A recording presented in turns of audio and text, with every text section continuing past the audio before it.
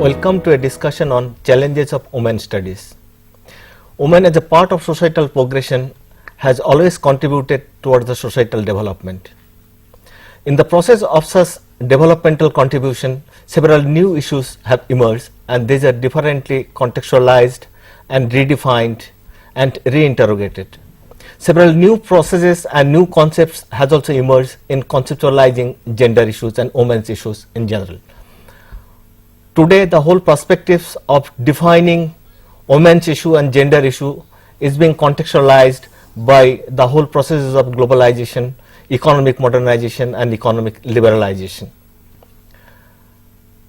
Women's studies as a distinctive area of societal research has invented and reinvented new concepts and perspectives, and these have thrown open several new challenges not only to sociology but also other sister disciplines in social sciences. To discuss some of the challenges of women studies, we are having among us today Professor Maitri Chaudhary from Jawaharlal Nehru University. Professor Maitri Chaudhary has extensively contributed to the study of women studies in India. She has chaired the Women Studies program in Jawaharlal Nehru University, has been associated with several programs at national and international level on gender and women studies. I, on behalf of the sociology faculty, invite Professor Maitri Chaudhary to the studio.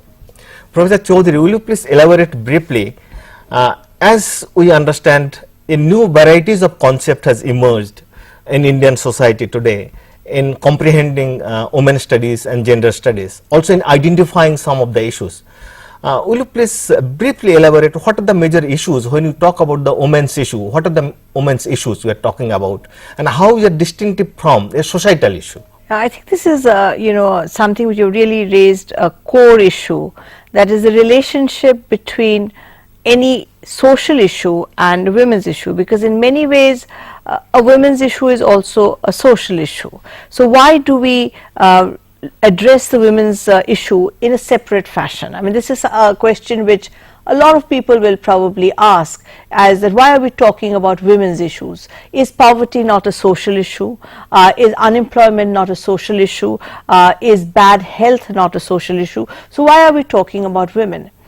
This in a certain sense raises a very fundamental conceptual issue which women's studies has been able to raise, the issue about whether any discipline, whether it's sociology or whether it's any other social science discipline, is a gendered subject or a gendered approach or not. Today, located as we are at this point of historical juncture, it may seem very obvious that yes, all social sciences are gendered. But to take you back, the point where sociology emerged or any of the other social sciences emerged was a point when they were really negotiating with the dominance or hegemony of natural science. So the key question in sociology or any other social science that you are objective, you are neutral, you are able to observe and reflect society in complete form. If it is scientific and objective, then there is no reason to look at the women's issue separately from any other issue. But the strength of the women's studies perspective was to show that observation was not neutral, that in a certain sense what social science was doing it in a gender blind fashion. If men and women are located differentially in society, then it's very obvious that social science is also differentially located in society. Yeah. So when you talk about the major sociological theories, we are having the Marxian perspective talking about the social change, then also the class struggle, etc. like this. Then we are having Weberian perspective in understanding society, Durkheim's perspective in understanding the division of labor. Do you want to say that those major sociological perspective in understanding the change and society and societal group has been gender blind? There's no sort of single answer to that. Maybe I could spend a little bit of time in many of these classical thinkers. They were not gender blind. What was true about them was that they were aware that there's a division of labor in society, a sexual division of labor. But many of them did not pursue it to the extent that they ought to have. Let's take the example of Marx. The whole issue of surplus value extraction is premised on the assumption that the employer or the capitalist is paying the laborer less than what he should be doing, assuming that the reproduction of his food, clothing, welfare will be addressed within the home, the private sphere, by the wife or by the women, which would not be recognized in the general scheme of things. So the wage which would be offered would be just enough for that minimal reproduction of the labor. And here there is a clear recognition that there is reproduction of labor within the family, within the house, but it is not recognized. Engels, on the other hand, had explicated in this origin of family, private property and the state. Likewise, if you look at Marx's reserve army of labor, the assumption is that in any society there is a body of labor which is not always used. But when there are crises, this is used. And the most dramatic instance with which all of us are familiar is when you had World War I in England, for example, and the men went out to battle the war. Who would man the industries? Who would look after the shops? Who would take over the government offices? And women were actually called by the state to step in. But the moment the war ended and the men returned, they were said to go back to where they deserved to be. And here you can see a clear demonstration of the reserve army of labor taking place, you know. So I don't think the classical thinkers exactly did not recognize. Even if you look at somebody like Durkheim, and his whole understanding of division of labor, or even his differentiation of solidarity, there are many possibilities within these classical thinkers from where you can draw upon. Much later, look at somebody like Talcott Parsons, who was so influential in sociology, and his whole AGIL model assumes that the man plays the instrumental role, the woman plays the expressive role, that there is a certain logic of a patrilineal, patriarchal, nuclear family for an industrial society. So it's not that they were so much gender blind, but what was happening was they were assuming the commonsensical model which existed to be the model upon which they theorized, you know. Maybe you're exactly correct. The way Miriam Ice talks about this expansion of global capitalism and position of women within that. Right. In this context, do you feel there is a necessity, since there is an extension of those perspectives, which is already a platform is given by the classical thinkers, there is a need or possibility redefining the pre-existing societal categories? Say, take into consideration citizenship as a category, or we take into consideration the whole concept of patriarchy, the whole institution of marriage. So this concept, these categories, these processes, there is a need of redefinition and reconceptualization. No, definitely there is a need for reconceptualization, you know. Take a very simple example with which a lot of people feel a little uncomfortable. Say many of us now we use he oblique she. We say history and we say her story. And a simple question which a lot of people would ask is, do you really mean, does it matter? Does it matter whether you say or he or whether you say she? But the point is it does matter, because when you say he, you actually imagine a he. It's only when you put a she that you imagine a woman. Now this is important because otherwise we do not look at the experiences of women separately from men, one. Number two, we hierarchize experiences. So for example, very simple, women's experiences, whether for very long, the private experiences of women, whether it's child rearing, childbearing, cleaning the house, looking after domestic work, a certain kind of diseases associated with women, were not given any kind of significance. You are familiar with in health studies, for a very long time if a woman was nervous, they would say she's hysterical, and hysteria is something which is a very feminine kind of thing. What was happening was that these experiences were not given the same kind of significance in social sciences and in sociology as, say, men's experiences would be given. Say men's demands within the office space or men's demands regarding voting would be given a great deal of experiences. I'll give you a very simple example. Very often when the first time you had the state giving this maternity, instead of maternity leave, they gave a small token paternity leave. Now, when they gave paternity leave, a lot of people thought it a little ridiculous. But I don't think it's ridiculous simply because it recognizes that this act of being a father or a mother envisages a lot of work and tasks which has to be publicly recognized. Otherwise, a woman is embarrassed to say in the office that I have to go home early today because the children are coming. They will say she is not serious about her work, she does not devote attention to the public sphere. But the moment you recognize the private sphere as a recognizable object, then the entire meaning even of your citizenship changes. That this is part and parcel, as important as building a bridge or as any other thing that you're rearing children. Now, two related issues to it. Number one, in conceptualizing the gender issue and women's issue and articulating certain strategies on the part of the state and civil society to address those issues. Initially, we had a well-defined perspective, social development. Then we talked about the gender and development, then gender in development. Initially started with the women and development, women in development. Now we are finding a different kind of a change in the vocabulary. Correct. But do you feel that this simple change in the vocabulary is sufficient enough without concerted effort on the part of the women themselves to implement those strategies at the grassroots or even at the national level? Yeah, I think this is a really relevant point, particularly what you mentioned, the WID-WAD-GAD debate.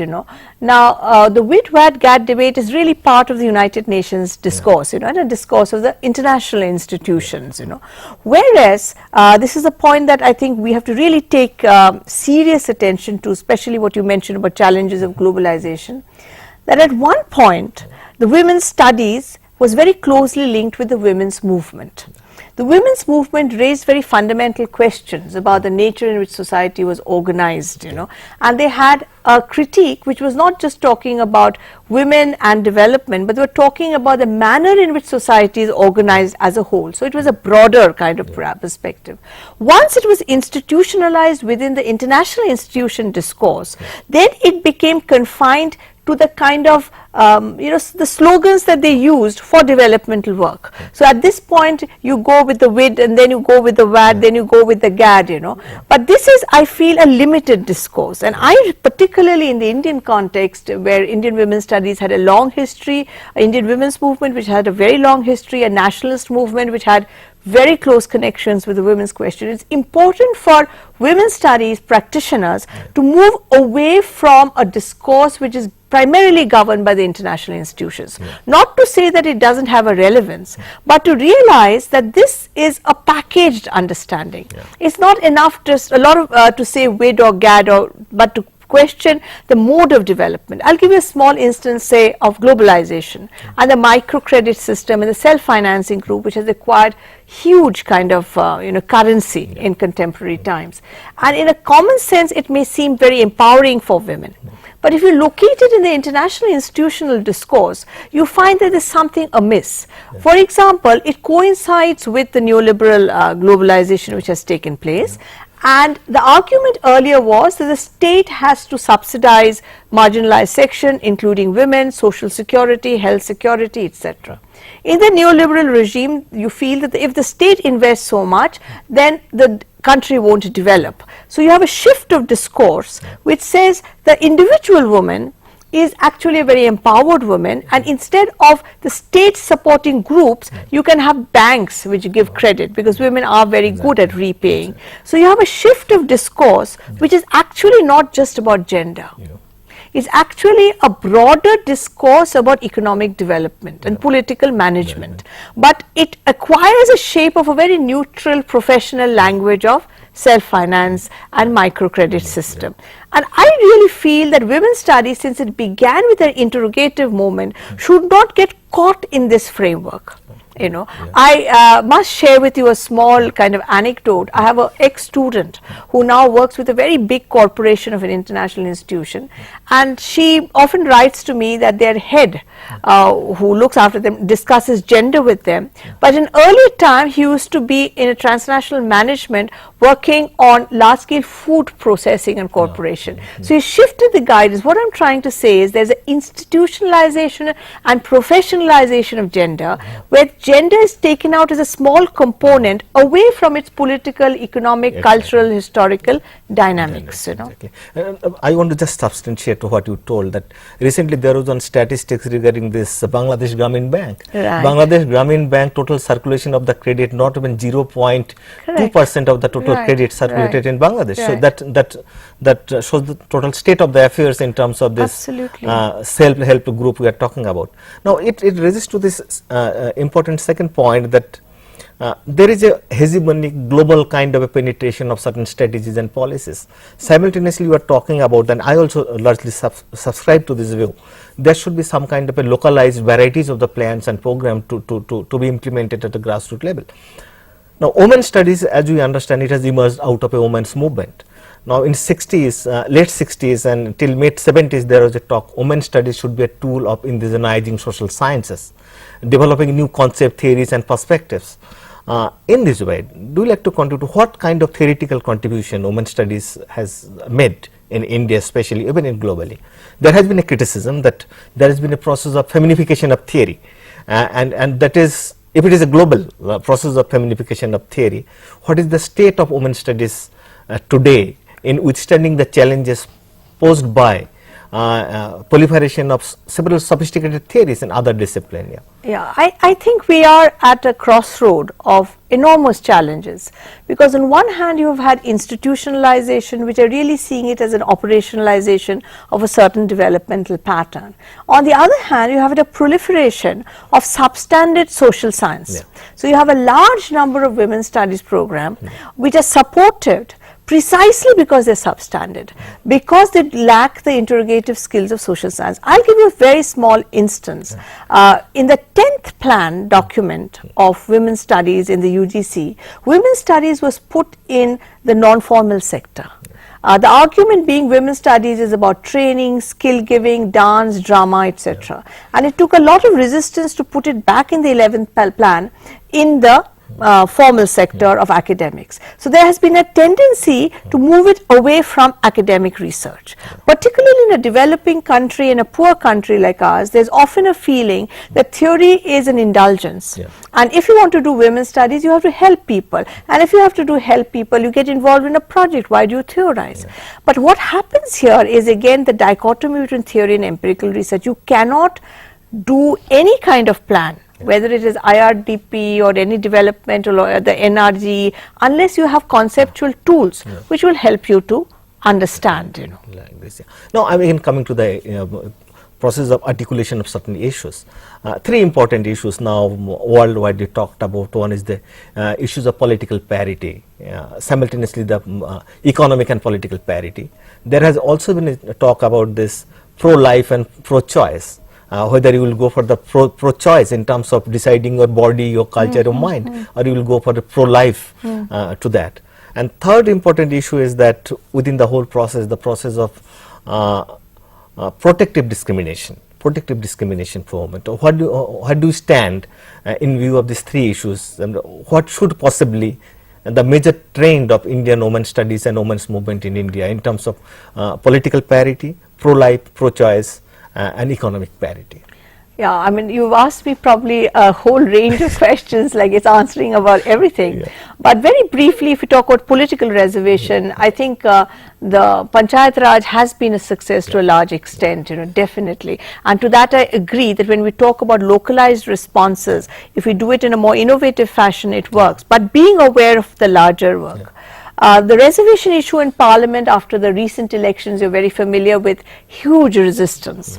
Huge resistance to do it. Repeatedly we have seen that happening. And again, the issue of community and other forms of hierarchies come along.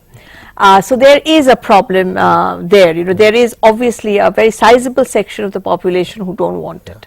And to that extent, the relevance of women's movement and women's studies resurfaces. When it comes to economic parity, this is a point I've already mentioned, that you have very interesting strands in contemporary times.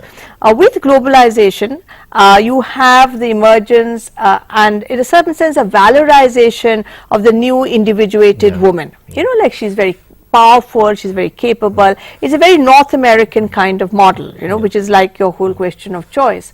And that same model is then imposed on the poorer sections by saying the poor woman is also a very strong woman. Significantly, some of these programs take on the language and findings of earlier feminist writings to argue a different kind of point. So economically we are faced with a challenge. You know, you're familiar with the terms of feminization of poverty and feminization of employment. People actually feel that this could be worked out. And the third, the question of choice, I think we'll have to really think about it, because in contemporary times choice very often becomes market choice rather than a kind of affirmed choice of a group of people.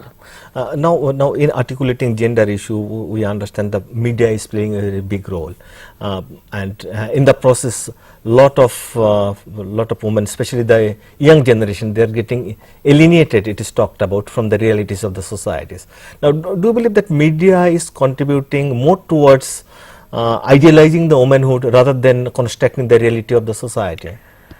That is again a huge question, you know, but I think what we have to recognize that the media does play an enormous role in contemporary times in shaping views, because it's not restricted just to the urban elite. Definitely no, media has enormous reach.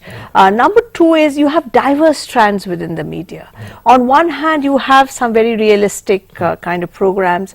You also have glorification and in many cases vilification, where the woman is seen as evil, conspiring, a demon. All strands are existing, and I think it's time for Indian society to grapple with the power of media, because the media has a magical quality. What it presents seems to be the real, you know, and I think as women's studies persons, sociologists, we have to engage with exactly how a media is constituted and what its impact are. Now that when you were talking about women's studies in general and also the state of women's studies in particular within the discipline of sociology, we encounter varieties of challenges emerging in terms of articulating issues. How will we be articulating issues? Whether we'll be articulating afresh or redefining the old issues, and how will be getting conceptualized, how will conceptualize the gender issues altogether. We have addressed many of these questions, and maybe we have tried a lot to incorporate in a small package, and we have tried to involve in this engagement, in this academic engagement. Thank you very much for coming over here, and we believe that we will be again having more series of discussion of these varieties on gender issues and challenges of women's studies especially. Thank you.